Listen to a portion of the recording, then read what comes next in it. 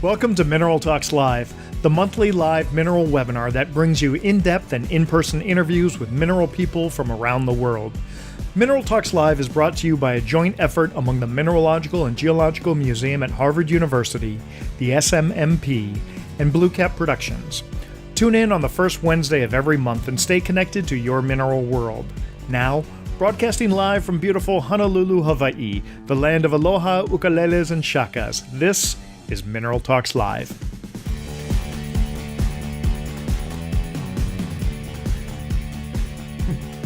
Hello, welcome to Mineral Talks Live. Today is Wednesday, October 5th, 2022, and we are broadcasting to you live from Germany. That's right. This is the first time we've ever done the broadcast live from Germany or live from the EU, so we are happy that all of you can join us today. Mineral Talks Live is a mineral talk show that is designed to really get to know the major people in the mineral world, whether they be curators, curatrix, collectors, miners, researchers, dealers, media people, artists. That's what we do. We sit here and we get to know them. We come to you live every Wednesday, the first Wednesday of every month. My name is Brian Sobota, the president of Blue Cap Productions, and together with my co-hosts, Raquel Alonso Perez from the Mineralogical and Geological Museum at Harvard University, and Dr. Eloise Gaillou from the Society of Mineral Museum Professionals, also known as the SMMP. We are really happy that you can join us today. Now, Mineral Talks Live, we are a interactive talk show. So this talk show involves you participating in the show as well. So if you have any questions, any comments, that's going to be done through the Q&A and the chat feature at the bottom of the window. So while our guests and I are chatting, if you have any kind of general comments or anything, you can put that in the chat window. And while we won't see those comments, Raquel and Eloise will be very active in the chat windows, so watch for their responses. If while we're talking you have some kind of general question that you really want to ask, but it may not be pertinent to what we're talking about at that precise moment, go ahead and type that into the Q&A section, and we will do our best to get to that question at the end of the show. About 40 minutes into the show, you're going to see a screen pop up on your window, and that's the quick fire 5 questions where you are going to try to guess the answers to the 5 questions that we are going to pose to our guests. Now, our guest has all the right answers, so you have to try to guess. We're going to do the same. Hopefully, the answers will match up. Now, with that, we are headed all the way out to the west coast of California, and we are going to Los Angeles, my hometown, and we've got Dr. Aaron Celestian from the LA Museum ready to chat with us. Aaron, how you doing today, buddy? Doing good. Sorry I'm late. I was in a PhD committee meeting right before this, and everybody likes to talk, so I had to stay until right to the very end. So, but now I'm very happy to be here with you, and thank you again for inviting me to be on the show. Well, Aaron, thank you again for being on the show. We're really excited to have you. Now, you know that whenever we start the show, we like to turn the clock back a little bit and get a little background information. So let's do that with you. When was the first time you remember being kind of caught up or interested in minerals, where it kind of piqued your attention and kind of started igniting that passion? That's a good question. It's hard to say. Both my parents, maybe some of you know my parents, they're both avid geologists and collectors in Arizona. So I grew up around that. But I really didn't find my passion, I was always interested in minerals and crystal form and color. It was always a part of my life. But I didn't really get interested in, really dive deep until probably college, when I took a class at the University of Arizona from Bob Downs when he first got to Arizona. So he was my first mineralogy instructor. He was new there. He was full of excitement, and I was just super excited to be a part of this world of mineralogy that I had never been exposed to before, and I was hooked. And from then on, I was just diving deeper and deeper, as many chances I can get. Well, I mean, that's really understandable. Bob is so passionate and he talks about mineralogy with such kind of a childlike glee that it's really easy to get caught up in that passion with him. Yeah, it's very easy to. Definitely. So from there, I graduated University of Arizona in 1999 and went to Stony Brook University in New York, SUNY Stony Brook, what it was called then, and worked with John Parise, who is a chemist and geologist doing high pressure mineral sciences. But then eventually started working more environmental mineralogy from there. And that's kind of like how that's my education up to that point. From there, I taught at Queens College for a year, still in New York. We lived in New York for a while. And then went on to becoming a professor of geology at Western Kentucky University for about 8.5 years. And from that point, I'm here. So then how did this eventually lead into the research that you do regarding minerals? So yeah, that's a good question. That's kind of like this evolutionary project. So it's always built project upon project upon project, just builds off of each other. And that's kind of how it developed. So I was doing high pressure mineralogy, experimental design, and then I took that into more of environmental applications, developing instrumentation, developing tools to analyze things in real time. Because at the time in the late 90s, early 2000s, like in situ analysis, like looking at mineral changes in real time was a big challenge experimentally. And so I was developing tools in order to be able to do that. And such that led to new questions and new answers. And now we're designing new minerals, new materials that were synthetic for solving a lot of environmental problems, of medical and environmental stuff. So I'm doing that work here at the museum, and just trying to solve mostly heavy metal issues in Los Angeles and around the world. Do you want to talk about some of those heavy metal projects? I know a little bit about them, but if you wanted Yeah, to share with the audience. yeah, definitely. My first heavy metal project was looking at radioactive waste and how to sequester it. And that was a big problem. Everybody thought like uranium was the big issue. Uranium is not such of a problem because it's not a super high gamma emitter of radiation. The hottest things are going to be cesium and strontium, the short-lived isotopes of the radioactive waste byproduct. Those are the things like the Fukushima nuclear disaster. Those were cesium and strontium were the high radiation emitters that they were targeting during the radioactive waste cleanup. And they actually used materials that I characterized during my PhD at Stony Brook to clean up the Fukushima nuclear disaster. So I was one of the first people to figure out why this mineral worked as good as it did for just absorbing cesium and nothing else. And that's being used. So in Los Angeles, a little bit closer to home, I'm part of a project where we're cleaning up lead from old lead acid battery recycling facilities. It's called the old Exide battery recycling plant. And their lead has just gone off into the atmosphere. It's just disgusting. There's lead in the soil all over the place. I think it's like the EPA limit is like 200 ppm for residential soil, or 150 ppm, something like that. We're finding people's homes in the thousands of ppm, like ridiculously high amounts of lead. So we're finding ways, we're developing ways to remediate that. Now, it's not going to alleviate what the government has to do. The government is still supposed to come in and remove the soil, but we're trying to make it so that the lead is no longer bioaccessible and can't be incorporated into the human body and nervous system.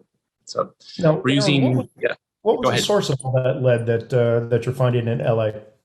This from a lot of surprise. The more I dig into it, the more like there's lead all over the place. There's the Exide lead acid battery recycling facility, and that just was lead everywhere. But there's old automotive car paint facilities where the leaded paint is just getting all over the soil and it's into the groundwater system as well. It's all over the place. There's a school just not that far from here. I think it's in Hawthorne, which is about, I don't know, 10 or so miles southwest of downtown Los Angeles. And there's metallic metal in the playgrounds at the school. I mean, there's a recycling facility right next door to the school. I mean, it's just a big problem. And there's no other way that the government has or anyone has to clean that up. It's expensive, right? You got to go in. The only method that the government uses is, at least here in Los Angeles, is to go in and dig up the soil and replace it with non-contaminated lead soil. That's very expensive. The soil that they transport someplace else is still contaminated. It's got to go somewhere, right? And it still has bioaccessible lead within it. So yeah, it's being treated at the source, but where is it going in the future? And that's what we're trying to tackle right now. Gotcha. And so what you're finding is a mineral that's binding with it and neutralizing it. Is that right? Yeah, that's pretty much it. It's a mineral called zeolite. There's a group of minerals called zeolite, and we tested a whole bunch of different types of zeolites. There's a bunch of them out there, and I could show you what it looks like, what the mineral looks like. I have a whole bag of it. So this is the lab, part of the lab. This is the zeolite down here, and you can see it's just this fine powdered material that you could spread on somebody's soil. You can mix it in with compost. This particular zeolite is clinoptilolite from the company Zeosource. You could buy them at Home Depot. No advertisements there. But we lost the camera there, Aaron. Aaron, as you were plugging your share of Home Depot, something happened to your camera. There we go. Okay. Oh, I think we lost audio. Aaron, we can't hear you. I think when you're... I'm terrible. All right. There we go. Oh, we're fine. We're fine. I had zeolite all over my hand. It's messed up with the camera. So it not only binds lead, it also binds video cameras on iPhone. Yeah, don't dip your camera in it. Yeah, but it's great. It's mined here in California, which I didn't know until I started working on it a bit more. It's mined in the Mojave Desert, just around Barstow, California. So it's local sourced zeolite. It's already fine grained. The nice thing about it compared to other clinoptilites, clinoptilite will often have calcium and iron and other things in it, which don't make it super good for absorbing lead. Well, this one has mostly just sodium in it. And what I mean by that is if you look back here at some of these, let me change the camera direction again. You can look at some of these crystal structures, and zeolites are zeolitic materials. They don't have any proper zeolites up here, but have like these really big pore systems in them that are filled with water. And that's where the lead is going inside of these pores. And it's binding to the framework, which is in this case is the octahedra and tetrahedra shown here in orange and yellow. And for it to be really good at binding the lead, it has to be just selective for lead, nothing else. You don't want it to absorb all kinds of other stuff. And it has to hold onto it very tightly so it doesn't re-release it back out into the environment. So we were testing a bunch of these different types of zeolites to find out which ones are cost effective because it can't be expensive, which ones work really well, and how does it work?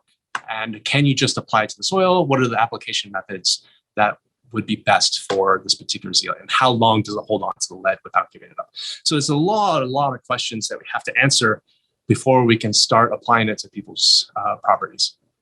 Sure. Now, how did you first find out that the zeolites were going to be binding to lead? I mean, it's like a rather random thing. We're talking about the different zeolites that bind different things, but how did you first find out that was working? That wasn't... Well, it's been known for a while that zeolites do it. By this particular one, I stumbled upon it by accident. So I was doing uranium exchange or uranium ion exchange. During my PhD, I was trying to figure out, like, can these zeolites absorb uranium? It turns out, long story short, no, they can't. They just bind to the outside of the crystal and don't actually go into the crystal. But during that process, I was at Brookhaven National Lab, and I was doing this ion exchange. I was using Brookhaven National Lab water, and I was seeing changes happening to the zeolite. It was just changing over time. And when I did the chemical analysis, there was no uranium in it at all, and there was a lot of lead. I was like, where is this lead coming from there? So I did lead analysis of my uranium source, and there was basically nothing in it. I couldn't figure out like, where is this lead coming from? And then I finally said, well, let's look at the water. So we did water chemistry. Turned out the lab water had a bunch of lead in it. And so the zeolite was so selective for lead, it just sucked it right out of the water, locked it up in its crystal structure. I informed the beamline scientists, and they informed the lab, and then they eventually replaced a lot of piping there at the lab. Probably was coming from old lead pipes or soldering within in the lab. But yeah, it was by complete accident. So from then on, I knew that this mineral was really selective and had a high capacity for lead absorption. That is fantastic. I love that. Now, what is that machine that's behind you? Is that a machine that you use to examine how much lead has been absorbed by the zeolites? Yes, this is a powder X-ray diffractometer. This one, in case if those of you are familiar with X-ray diffractometers, this one's made by Proto. Proto is a company in Massachusetts. One of my former students used to work for them. That's why I was able to get a good deal on this particular model. But it's great. So we put the powdered zeolite in there, and we X-ray the powder before and after lead absorption to see how much went into it and how the crystal structure changed as a result of lead absorption. So we'll do that with zeolite in the soil. We'll do that with zeolite without the soil. We really want to characterize as much as possible. So that gives us crystal structure information, like where the atoms are in space. It's not very good at telling us the chemistry of the zeolite. That's why we use this one over here. More toys. Yeah. So this is an X-ray fluorescence microscope. We can do elemental mapping of a single grain of zeolite, so we can see how far the lead goes into the zeolite crystal, how much is going inside the zeolite crystal, so we can get quantitative and qualitative data from that. So that just measures like how much elements are present and where they are in the crystal. So combined, knowing where the atoms are using X-ray diffraction and X-ray fluorescence, what kinds of elements are present is pretty powerful techniques. That is fantastic. Now, I know from my end, typically when I think about museum, I think primarily about, just a place to exhibit and collect minerals, but you're showing me a whole new aspect of LMU there. So, yeah, right. I love this whole research part of it. It's fascinating. So behind me, yeah, we're on exhibit too. So you guys are part of the exhibit right now. There is a window right into the hall right behind me where the lab is on view to public access. We have content out there. We explain what's going on in the lab. There's videos and all kinds of information to show people what a museum is doing in 2022. That's fantastic, because I know I spent a lot of time at La Brea Tar Pits, the Page Museum, and they had the same kind of thing. They had the windows where you can see them taking the tar off the bones, but I've never seen this in kind of a scientific research lab. That's great to see. It's a bit intimidating. What kind of equipment do you have in the lab there that you use? So we have this one here. This is a single crystal X-ray diffraction. It's very similar to the powder, except you use single crystals, and it's actually a lot easier to use to determine atomic arrangements of solids. So we use that one in conjunction with the powder. And we also have, I'll just flip the camera around. Hopefully you can still hear me. Just a view of the lab where we are. There's the XRF again over on the right. And we also have a Raman spectrometer right here. It's just a laser spectrometer, figure out how atoms are bound to each other, vibrational spectroscopy. This is actually the workhorse in the lab. It's very good at identifying minerals really quickly within seconds, usually. And then if you walk over here through this door, this is where we have our new scanning electron microscope. So everything is all right next to us. So SEM, Raman, XRD, XRF, and a bunch of optical microscopes as well. Fantastic. And how many people do you have working in the lab there with you? Officially, 2. Right now, it's me and your nephew, which is Charlie Nichols, is working in the lab as well. He is fantastic, by the way. Don't tell him I said that. I won't. trying to keep him working hard. Tony Kampf is still here. He's retired. He still comes to work on Tuesdays and Thursdays mostly. Still very productive, putting out a lot of publications. But besides that, permanent staff currently, that's about it. Alyssa Morgan is, some of you may know her. She's on medical leave right now. So hopefully we're always thinking about her. And we have lots of people from USC, Caltech, UCLA Medical School, the Getty, lots of people from all over the place use this lab for its facilities and specimens as well.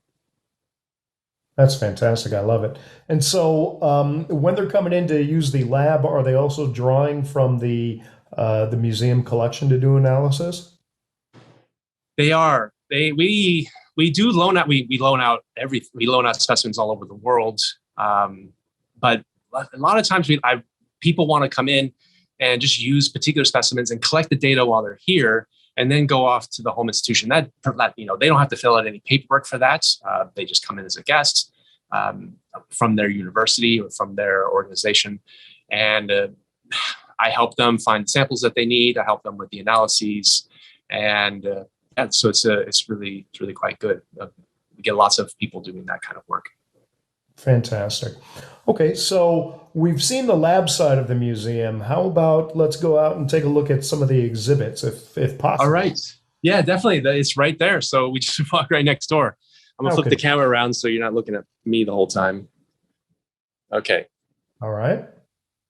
And I'll try to walk as smoothly as I can.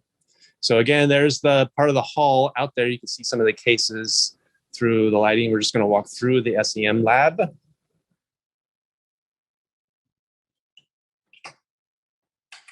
Into the SEM exhibit, there's a big zeolite picture taken from the scanning electron microscope.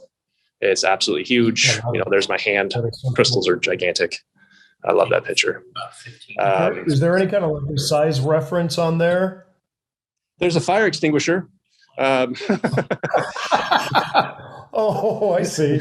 No, I was wondering some kind of reference to something that we knew in the real world, like a thickness of a strand of hair or something. Yeah, that's about right. These crystals are they're about half the size of a strand of hair. Oh, gotcha. Okay. Yeah, so that's just to give you a sense of scale. So they're about 50 microns to 100 microns or so wide. This whole pocket that I took a picture of was about the size of a pea initially. Yeah, so that whole area there was the size of a pea. I love it. That is fantastic. So we got into the hall. As I walked through the hall, when I tested it before, my voice sort of cut in and out. So I will stop talking for a second. Okay. Only grows in any significant quantity. Material, benitoite, is something that we're using to tackle problems like toxic metals. All right. So here we are in the gem vault. Go here first because this is the closest to the lab. And I don't know if you can still hear me or not. The air conditioning is pretty loud. But here, this is where we keep our gems. This is a real vault. It gets closed up every night. They don't trust me with the code, so I have to wait until they open it up every morning. But this is where we keep lots of sapphires and rubies. Here's hopefully the Wi-Fi is okay. Oh, right. Oh, wow. Yeah, so there's a big cashmere, almost 7 karat cashmere sapphire, lots and lots of different colors. Rock Creek, El Dorado bar, sapphires from Montana. And in the back of the room, we have our California collection of gems, which would be spessartine from the Hercules mine. We got benitoite from the benitoite gem mine, tourmaline from the Stewart mine, and nice amethyst from Xavier Lake in Fresno. But we got topaz from the Little Three, and all these are California gems. So we have a whole case on that. I love that it's a rough and cut display. Yeah, we're going to try to do more of that. So we're going to try to do more jewelry as well.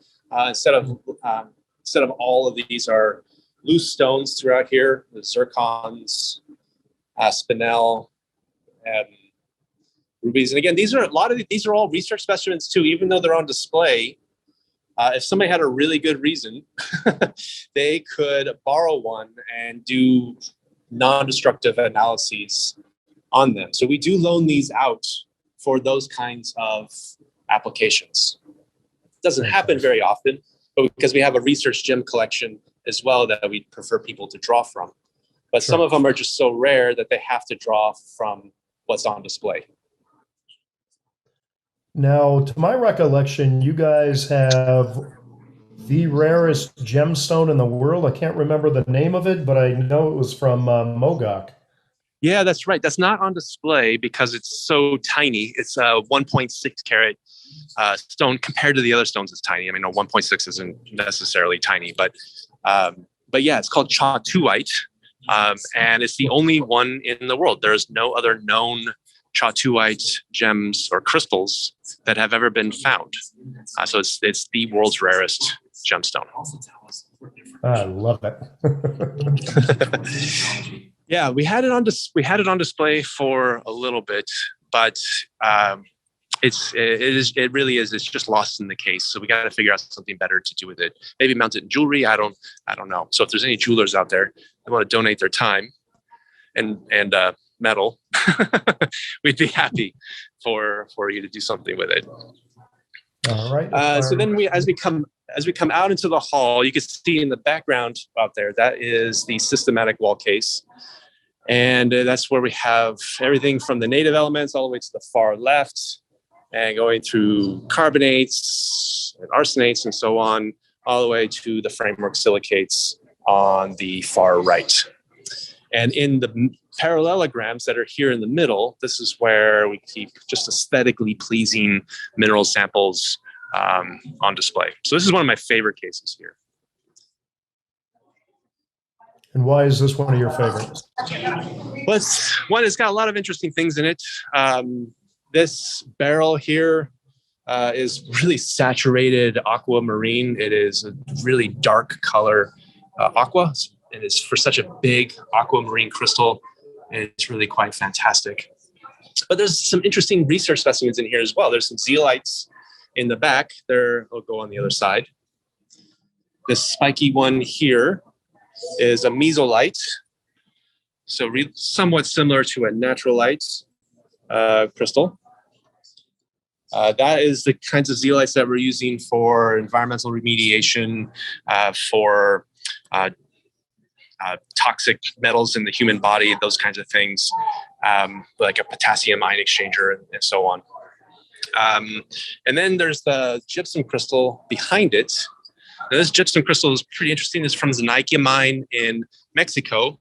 Okay. And these crystals, most everybody's familiar with these. This is probably just a tiny little chip off of one. And again, here's my hand for size. Yep. It's interesting about these is that they harbor bacteria inside the crystal. So there's tiny little fluid inclusions in there that are about 50,000 years old or so, and they can be brought back to life. So that's one of the research projects that we're working on here at the museum is like, how do minerals hold on to these bacteria for eons and eons and eons? How do they survive for that long? There's all kinds of interesting questions about mineral microbe interaction at these timescales. And we're applying that to search for life on other planets and moons in our solar system. So we're looking at halides, gypsum crystals, all kinds of salts from extreme environments on Earth to help inform what we might find on other planets and moons in our solar system. Very exciting. And also the color range. Sorry, go ahead. Sorry? Is that a crocoite plate? Yeah. I was just going to mention that this case is also pretty nice in that there's lots of contrasting colors in it as well, right next to a beautiful emerald from Muslo. And we got reds and greens. It's just a really interesting, well put together case. Of course, Neptunite and Naturalite from California. Right. A big plate. You got a sweet little heliodor down to the right there. Oh, yeah. So we're working on the lighting. This one's a little bit in the dark. There's just a big point source right above us, but eventually we'll get some better lighting in here. This hall is circa 1978. So there's a lot of things that have changed since 1978 that we'd like to improve in the hall. Lighting is one of them. Glue is another. Paint is the third. So there's some issues with paint that I'd rather not point out. But the specimens are still absolutely fantastic. You can't really improve upon them too much. Yeah. Now, being in LA, I would imagine you have some nice San Diego pieces there. Oh, yes. Let's go to this California wall. So we do have a wall specifically for California specimens. Go past the gold hall here. I'll share those pictures on. Okay, it's sounding like we're transferring Wi-Fi sections here. Both the audio and the video from Aaron is cut out, but that little California output wall. to the left. Oh, here we go. We're back. All right. So here, Brian, you might like this one. It's a blue cap from the Queen Mine. I've heard of that place somehow. It seems familiar. Maybe? I don't know. All right. I thought you might have heard of it. I love it. I love it. Yeah, tourmaline from the chief, albite from the chief. Some beautiful morganites from the White Queen Mine.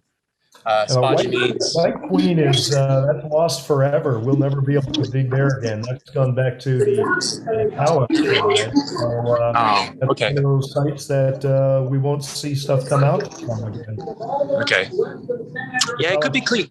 Yeah, that's a really nice specimen too. Beautiful gemmy morganite.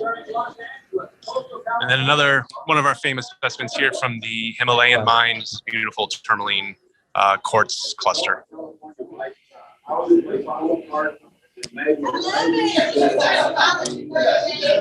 morganite there.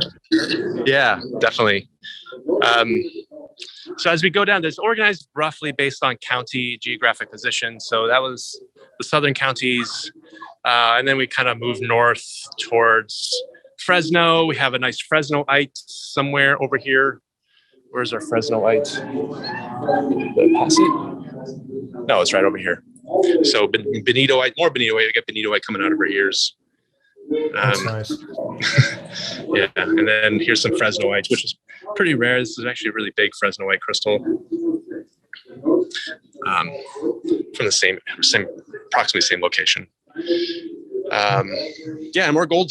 So we got gold and Benitoite, lots of it, and lots of California specimens as well. So there's about 2,000 specimens on display here at the museum. In total, we have roughly 175,000 to 200,000 specimens in all. So you're only just seeing a tiny fraction of what is actually in our collection at the museum. And how often do you swap out displays? We don't. We recently just put this one on display. So we do small ones at a time. It's actually a lot of work to swap out specimens. There's a lot of conservation issues that we have to take care of. This is a beautiful albite from Cruzeiro mine in Minas Gerais, Brazil, that we just put on display. So this is relatively new. So we'll do some small stuff like this. We do temporary gem exhibits that last 10 weeks or so. Those vary in size, but they always go back to their original owners afterwards. And then we put our permanent display back on. I know. Yeah. I think one of the last times I was in there, Paula Trebuchet had her exhibit on display. Yes, yeah, that was a few years ago. That was pre-pandemic, right? Yes.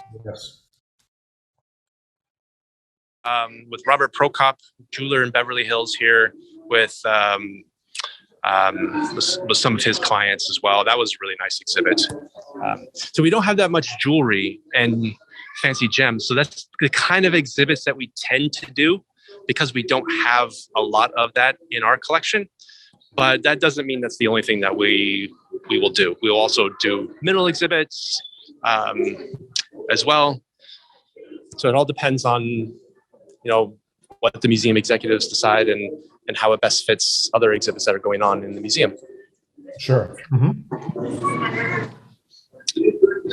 So now we're back in the systematic wall, and some nice gold, again, platinum nuggets, some platinum down here from Russia. So we're also going through currently updating labels. We had labels that said USSR, Czechoslovakia, things that actually don't exist anymore. Right. So that's turned out to be a process. We have maybe 150 specimens on display where the either country of origin name changed or spelling has changed. And we got to go through every one of those and redo that. So that means taking specimens off the display, reprinting labels to make it match the original labels that were on there, and then putting them back out on display. So we've been at that for about a month or so. It's time consuming because we have to close the hall, and therefore nobody can visit the hall that day, which is a problem, of course. And so we either work in the morning or evening and do late openings. So it's a lot of work. Sure. Aaron, about how many people come through the hall on a monthly basis? Oh, that's a great question. Let's see. We get roughly about 900,000 to 1 million visitors a year. The Gem Hall is definitely one of the most highly visited ones. Wow. So I'll be conservative and say 900,000 divided by 12 would give you the number. So maybe 50,000 people. I'll be generous, be lowballing it. Yeah, that's a pretty good number. Yeah, it's a lot of people. So La Brea Tar Pits is also our museum. So people will come from the La Brea Tar Pits. They buy a ticket from the La Brea Tar Pits. It's good at the Natural History Museum as well. So we get crowds from there. They reciprocate the offer. That's great. Now, is there any kind of feedback loop? Have you heard what the visitors tend to gravitate towards in the mineral world? I know that the Gem Hall is a major attraction, but in the mineral world, where do they tend to kind of congregate? Well, that's where I tend to go to Instagram. That is actually a great source, crowdsource information of what people tend to take pictures of. And one of the most photographed specimens in the hall is this is one of them. So around February, you'll see lots of this calcite crystal from our hall, this heart-shaped twin calcite from England. And then this one over here. Yeah, that's right. It's the love calcite.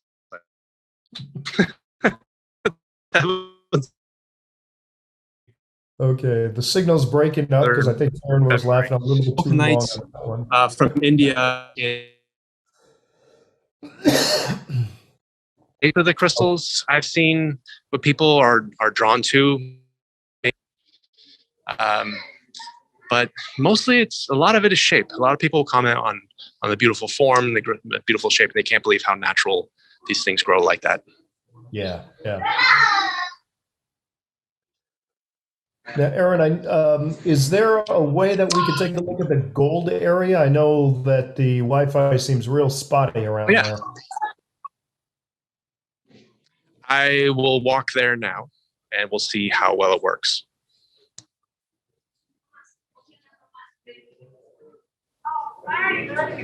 What did you choose? How about yours? You describe it. All right. Yeah, some of the most famous gold pieces in the world have come out of California, so this will be interesting to see here.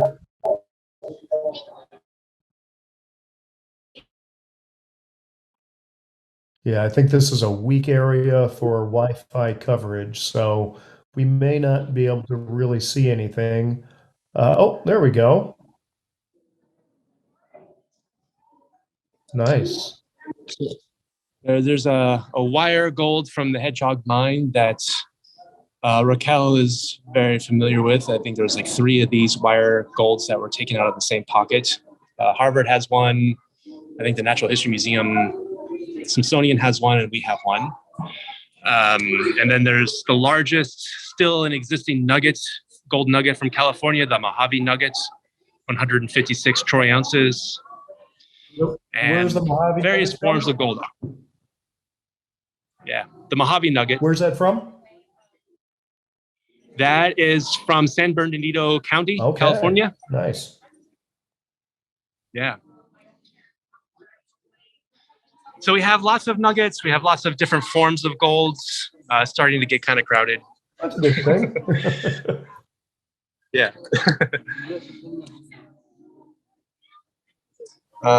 So we have the two largest nuggets still in existence in California, as far as we know. There's the Mojave nuggets, and then the Peterson nugget.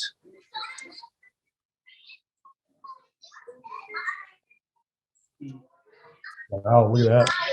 So on the top of the picture here is the Peterson nugget. This is from the mother lode. It's 109 ounces of 109 troy ounces of gold, and it's surrounded by other gold from various localities in California.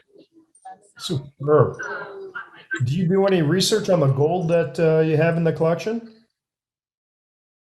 I'm trying to figure out a good one to do that would get funding from NSF and such, but no, not so much. Yeah, but you have a great collection there. It looks like you've got some really good material that you can draw upon. That's superb. Yeah, and this is just the display stuff. We have hundreds and hundreds of pieces of small bits of gold from all over California. That would make for a good research project if somebody had some like analytical capabilities to do trace element analysis and such. Terrific. Aaron, what is your personal favorite piece in the exhibit? It changes, I'd say. What's your favorite piece for today?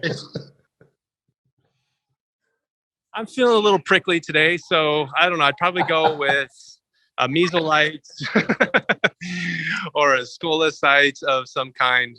I'm very simple. I really like plain minerals that have interesting research stories. So this mesolite here, like most of the Indian, I know it's common.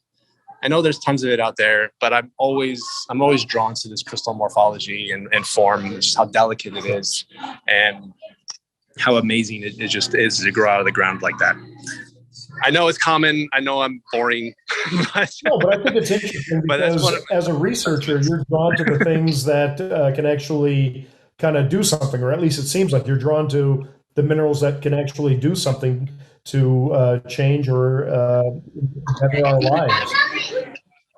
Yeah, I think so. I'm also drawn to the ones that I've personally, or I've been to the locality and collected. So we have some red crowd wolfenite that is quite nice. Here it is over here. I've been to the Red Cloud mine. I've collected there as a kid, and it just brings back memories. So that's another thing one thing that I really like about minerals is that they're just good mementos and reliving past parts of my life. Absolutely. That is fantastic. Hey, so I know we were talking about the kind of the research side of it at the beginning. Wondering if you might be able to go back to the lab and show us some of the research collection that you have. And in the meantime, maybe Raquel can pop up the quiz. And in the meantime, can you stop by the vault, Aaron, just for a few seconds to show us sure.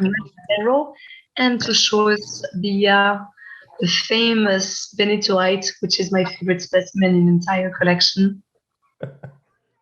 Which one? I'm sorry. The benitoite, you know the one. Oh, inside the vault. The benitoite reef. Yes. Yeah. She misses it. You can tell. She does. She risks injuring herself by speaking. Oh yeah. That's the one. Great. Thank you. If I'm not mistaken, was that not featured in the American Mineral Treasures? Yes, it was. And it has a great story behind it. Tony put it back together. He put each single crystal place by place because they were detached. When they removed it out of the ground, it was inside the rock still. So they removed the rock to retrieve the benitoite crystals. And they had to retake them and put them side by side next to each other, find the crystal in place, rebuilding the entire puzzle. So it's very amazing rock. Superb.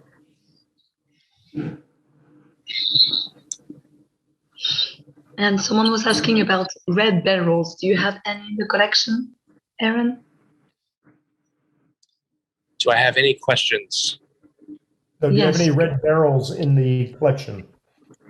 Red beryl. Sorry. Yes. I'll go out.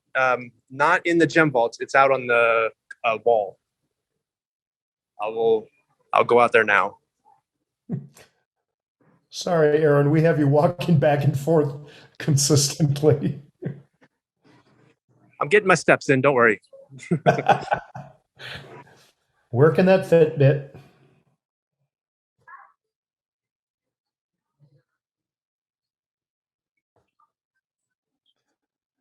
Aaron, I just launched the pool, so feel free to close the window for you.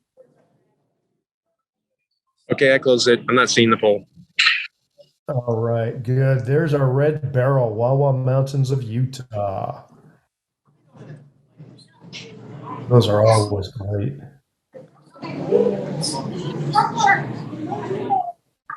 We will have a bunch of questions for Aaron when he gets back to the lab. So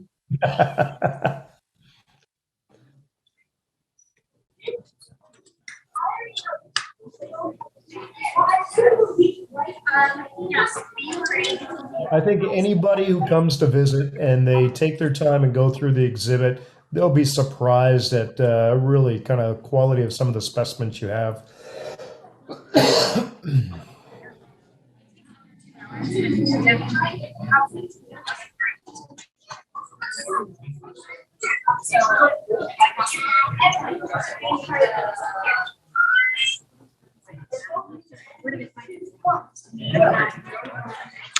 Another one of my favorites is the quartz from Guerrero, the amethyst from Guerrero. We had a tattoo exhibit here at the museum a few years back, and somebody got this tattooed on their leg, the specimen. Come on. Yeah. Where were they from? It wouldn't happen to be Leah Luton who did the tattoo, was it? I don't think so. I don't know who did it. It was such a long time ago. I just have it. It was really good tattoo as well. It looked exactly like it. That's fantastic. Oh, and look at that amazonite and smoky quartz. Oh yeah. And some more zeolites down here.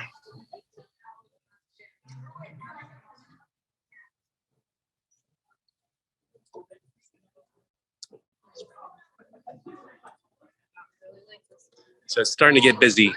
So usually people will go to the dinosaur hall in the morning and then work their way over to the mineral exhibit afterwards. So I think we're about that time for that part. Is that a wolfenite on the bottom shelf there? Yes, there's a few of them down here. There's a red cloud. There's one red cloud, and then San Francisco mine. Oh, that was Is that early one? San Francisco. Yeah, I lived there at the San Francisco for a while. and look at the powlites next to it. I love the powlites on top of the scolecite. This is one of my That favorites is as well. superb. I just love it. Yeah. We took that one to Tucson one year, this powellite and scolecite. And Aaron, there's a question from the audience. How do you do to secure the specimens from earthquakes? Specimens from earthquake. Well, there's only so much you can do. One thing to do is that each one of these blocks is not fixed to the base. So when there's an earthquake, they are allowed to shift a little bit. And so that it's not like putting a lot of stress on the minerals. The minerals themselves are fixed to the acrylic block really quite well. But that's about it. Now, anything that's like top heavy or something like that will have secondary safety features installed so that the mineral doesn't tend to topple over maybe on top of other minerals. In some cases, that's the case. In other ones, it's not. So there's this one right here, this really tall one. But you can see it doesn't have any secondary stabilization at all. That's something that we still have to work on and get through and make sure that it doesn't fall over. But as we install new things, like that big Brazilian green tourmaline in the front, that thing is really locked into place. It's definitely not falling over at all. We are definitely thinking about that for sure.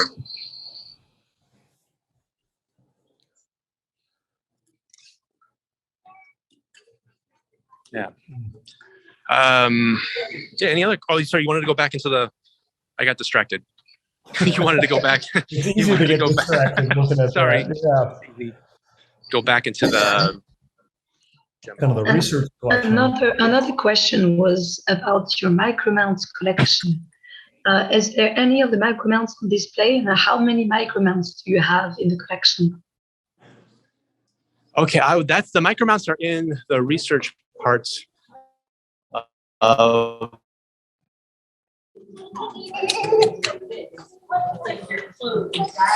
We have maybe 50 to 100,000. Sorry, 50 to 75,000 micromounts in the collection that are cataloged. We probably have another 10 or so thousand specimens that are not cataloged, and it just keeps growing. Oh, you don't want to see the key that I use. That's another security feature.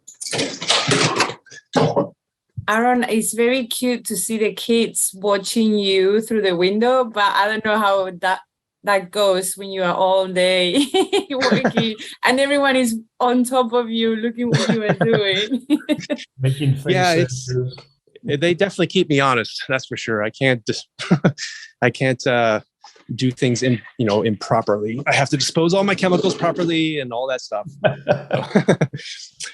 So we separate the collection based on size. So these are the thumbnails right here. We have these really nice Lista cabinets that are earthquake proofed, so they don't come toppling over on us. And they can hold like 600 pounds per drawer. Not that we need that, but it's kind of nice to have that flexibility in here. So we have a whole bunch of micros. We probably have 20,000 or so micro mounts in this, and they're stored alphabetically. That makes moving specimens around a little bit easier, especially the micro mounts, unless we did it like with Nichols-Schroon's classification, which has changed a little bit over the course of the last 40 years. And then here are the thumbnail collection. So all these cabinets here and behind me, these are all the thumbnail collection. Here's a fluorite drawer, and these are all mostly stored in the original collector's cases. So this Julius Weber. I'll pick one that has a clear top, so I don't have to flip it open with one hand.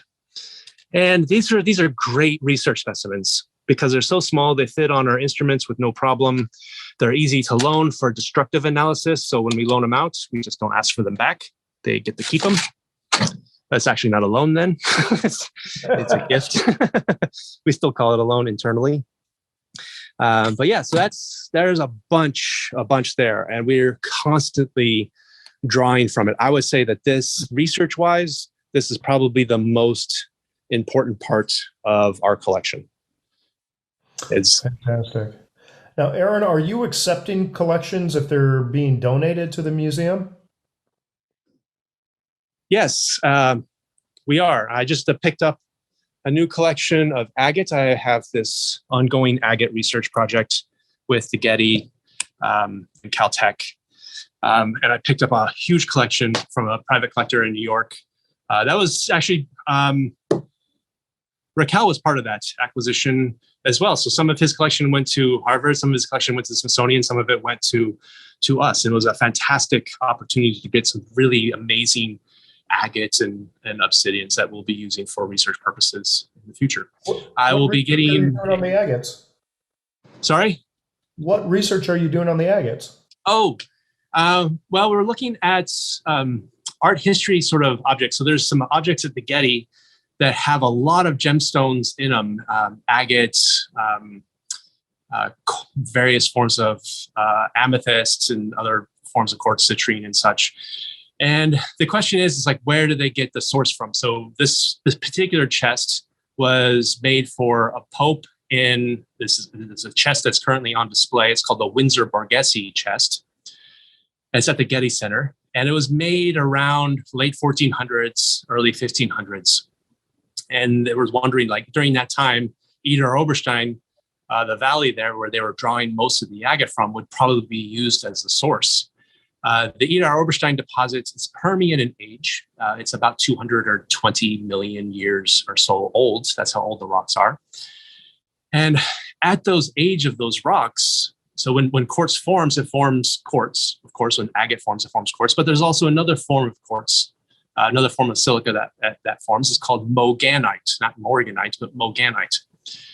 And it's a slightly hydrated form of quartz that's alternating twins of quartz crystals, but it's metastable. It doesn't last forever. So the idea is that really old agate has little to no moganite, where very young agate has lots and lots of moganite. So when we look at the Windsor Borghese cabinet, we were looking for ratios of moganite to quartz. So if it was Permian in age, we expect to find almost no moganite in it. It's just too old to have it. All the moganite converted to quartz over time. What we found out was that there was agate that had lots of moganite in it, meaning that it was either replaced during a restoration process, it was not original agate of that chest, or they were sourcing moganite from some other place besides Eder Oberstein. So we think maybe one possible source was from Germany. I mean, sorry, not from Germany. That's where we think where they got most of it from. But from Brazil, they were doing a lot of wood trade during Brazil between Europe and South America, was now South America at the time. And they could have been loading the boats with ballast, which would have been agate, and bringing it back to Germany. So that's one idea. There's other ideas out there as well, but that one's the most romantic one. That's really interesting, because I'm actually broadcasting you live from Eder Oberstein right now. Oh, great! Yeah, and I know that there was a lot of history between Eder Oberstein and Brazil when they started running out of the agates that they could carve here, that they started drawing upon the agates in Brazil. So I think your instinct is spot on there. Thanks. Yeah, I know there was boat records that date back to the early 1800s, late 1700s, showing shipments of agate coming in from Brazil. But before that, there is very little record of that happening. So this may be an example of very early trading between the South America and Europe. Absolutely. Fantastic. All right. Aaron, we're kind of at the end of the show. Now we're at the Quickfire 5 question segment, and I hope you're ready. Okay. Well, here's the way it goes. We've got 5 questions for you. Each question has 2 answers. All of your answers are correct. When the poll was launched not too long ago, all of the viewers guessed how you might answer. So we're going to see how well our viewers guessed how you're going to answer these next 5 questions. Are you ready? Let's do it. Let's go. All right. Question number 1. Your favorite mineral family, carbonates or silicates? Oh no, you can't be asking that question. My wife is they get harder. Carbonates. My wife loves carbonates. But I'm going to say carbonate. Carbonate. All right. Question number 2. Favorite sport, running or climbing? Oh, that's definitely climbing for sure. Running is painful, but climbing is painful but fun. Favorite instrument, guitar or piano? Guitar for sure. I'm a classical guitarist, trained classical guitarist. I've been playing for, I don't know, since high school. So 20 years, something like that, 25 years. So answer is? Yes, guitar. Okay. Favorite pet, cat or dog? I have cats. Yeah, it's going to be cats because I have them. Got to be cats. I love dogs, though. I live in a small place. It's LA. Well, yeah. And you have to answer properly as to how Jenna would answer so that there's no friction when you go home. Favorite artistic project, calligraphy or photography? I was a photography major at first. I was not a geology major when I started college, in fact. So that's interesting that you brought that up. But I've been practicing calligraphy for the last 15 years. So yeah, it's definitely calligraphy. Wow. I think all my Okay. notes, all my lab notebooks are in calligraphy. I use dip pens and for all my lab notes. Let's see. Hold one up. Do you have one near you? No, I don't. Get Charlie to bring you one. Get Charlie to do some work. He's out of earshot. Maybe he's at lunch or something. I didn't see him coming in. All righty. Okay, so we have your 5 answers. Who's doing this? I guess Raquel's doing this because Eloise is not allowed to talk. Yeah, she Okay, already so- forced herself today, but she couldn't handle it, not asking and seeing her favorite minerals. Sorry. Totally. Okay, so question number 1. Favorite mineral family, carbonates or silicates? Aaron went with carbonates. What did our readers say?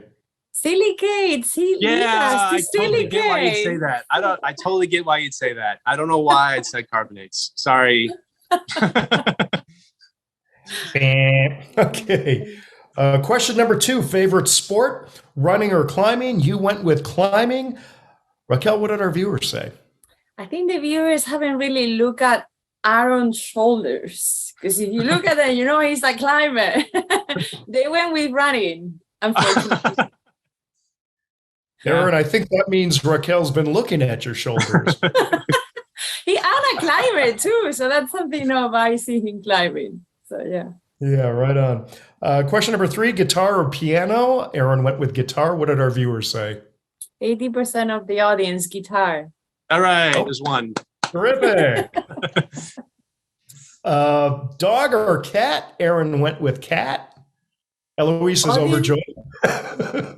The audience thought he was more of a dog person, which I love seems dogs. so yeah. I just They can't got have a that dog. right, I would say, but I can't have a dog in my tiny townhome. So Okay.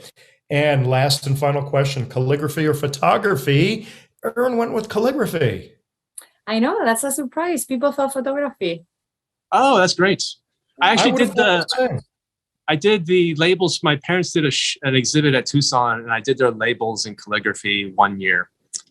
So look out for the Celestians exhibit next year. Maybe there'll be more calligraphy. Yes, let's see it. Very Let's cool. see it. Tucson cool. 2024. All right, You I know, think we've got a bunch of- the annoying thing with Aaron is like he's annoyingly good at everything. You know, he's good in sports, he's good in like photography, he's good in teaching, he's good in researching. That's that's something. it just makes him more lovable.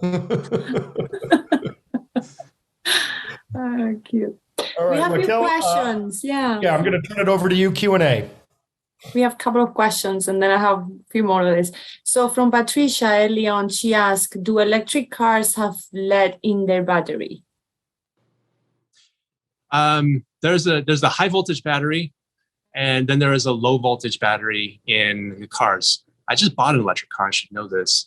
The main battery of the electric car, the big high voltage one, does not have any lead in it. There are mostly lithium, manganese, oxygen. Some of them, there's like 4 or 5 different types of car batteries. There's iron phosphate, lithium iron phosphate, which is becoming more and more dominant in Europe.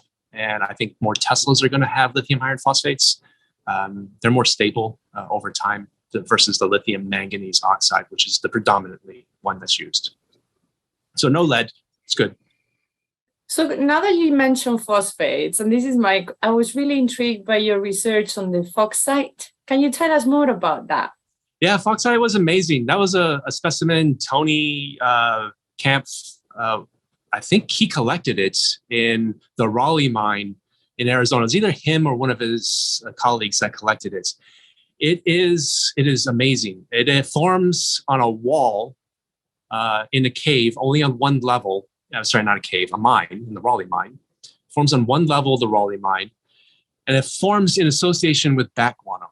So there's some relationship between what's happening with the bat guano and the vanadinite and other minerals that are on the cave mine wall, that in this humid environment that produces this new mineral, Foxite. Now, Foxite itself is really cool because it is possibly the most porous mineral, framework mineral, out of all minerals that we know of. That means it's mostly empty space. The empty space is filled with water, some ammonium, oxalate and other things.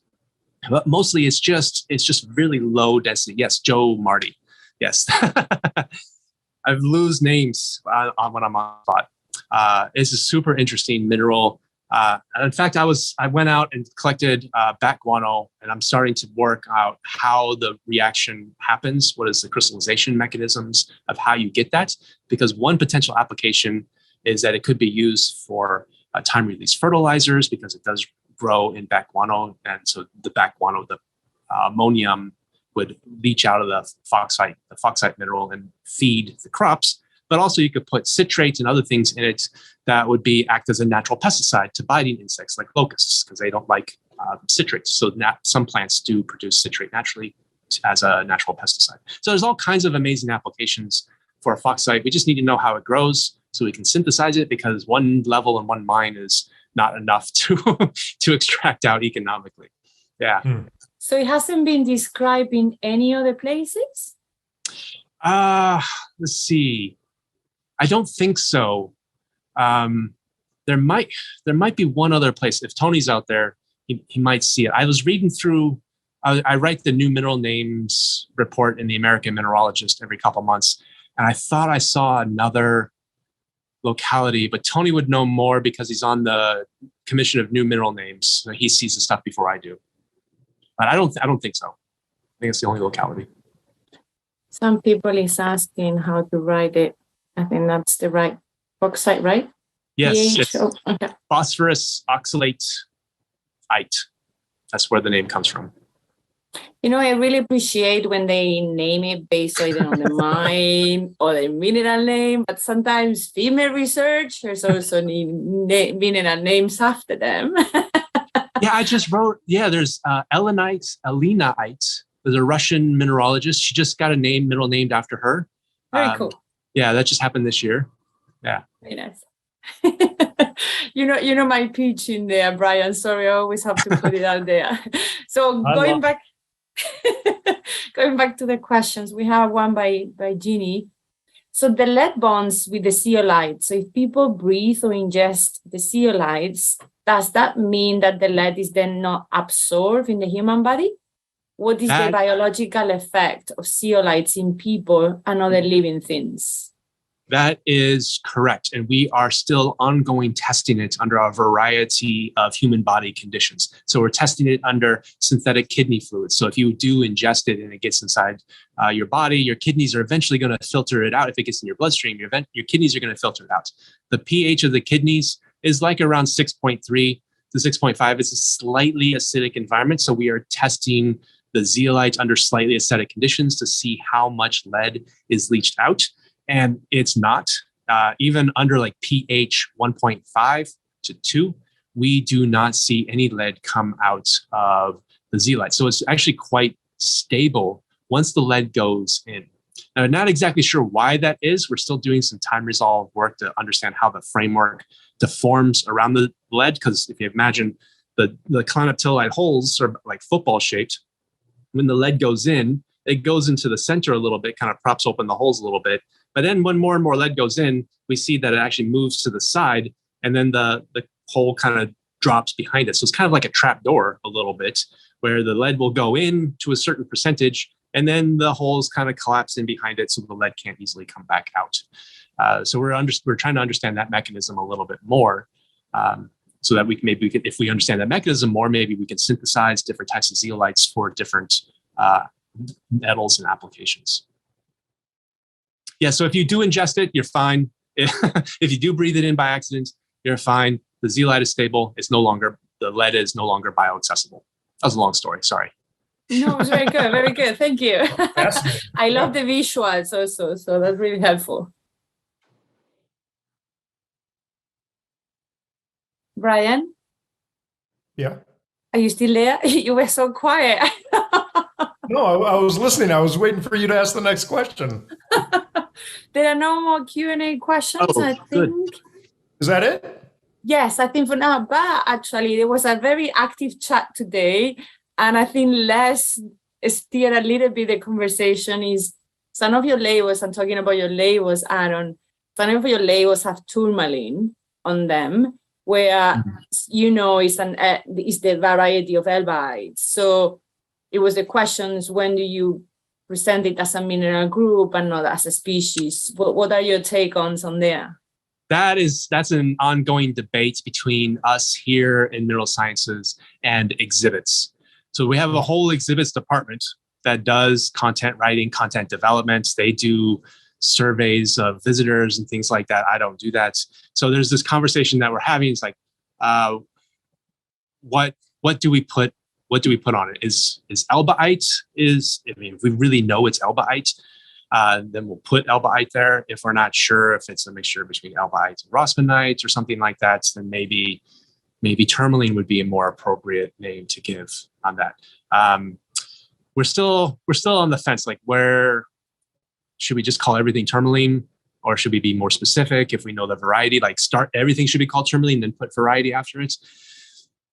It's nuanced. I love to have discussions about this. So if anybody has any really strong opinions about it, then yeah, let's talk. I think Les has a strong opinion, but also he comes from the field of exhibits in competitions in Tucson. So that's one of the guidelines of writing the group and then the variety. But for example, we know some people will call rubellite as a variety, but it's not an accepted variety. But right. Everyone will call it rubellite. So exactly, it's all those nuances, and where do you find like the common ground? I remember when we were renaming our chlorides, and the chlorides these days, they have outrageous names. Right. So by the time you put the name on the label, you put the chemical formula, your locality, your donor, it was just so, sometimes you have to make a call from an exhibit point of view. Like you said, where do you put the line for the public to get, this is a chloride? They don't need to know exactly. So, yeah. Exactly. It seems sort of simple, like, why don't you just put it on there? But it's also, you want to make sure that the visitors that come in that have no scientific background whatsoever get something from it and don't feel totally overwhelmed. I think that's where the museum is different. And as you know, Raquel, I'm preaching to the choir here. Different than from like a university, where the university is like always trying to give you tons and tons of information, even in their exhibits, where at a museum, we have to be more acceptable to a huge variety of backgrounds and education levels.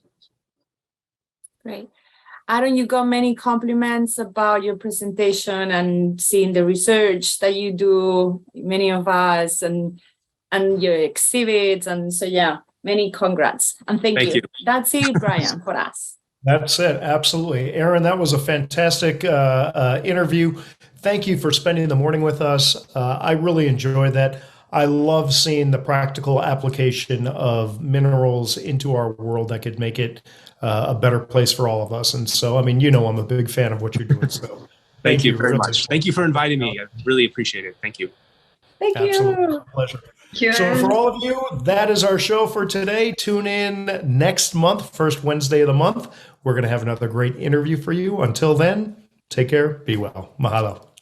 Bye. Aaron, that was awesome, dude. I love that. Thank you.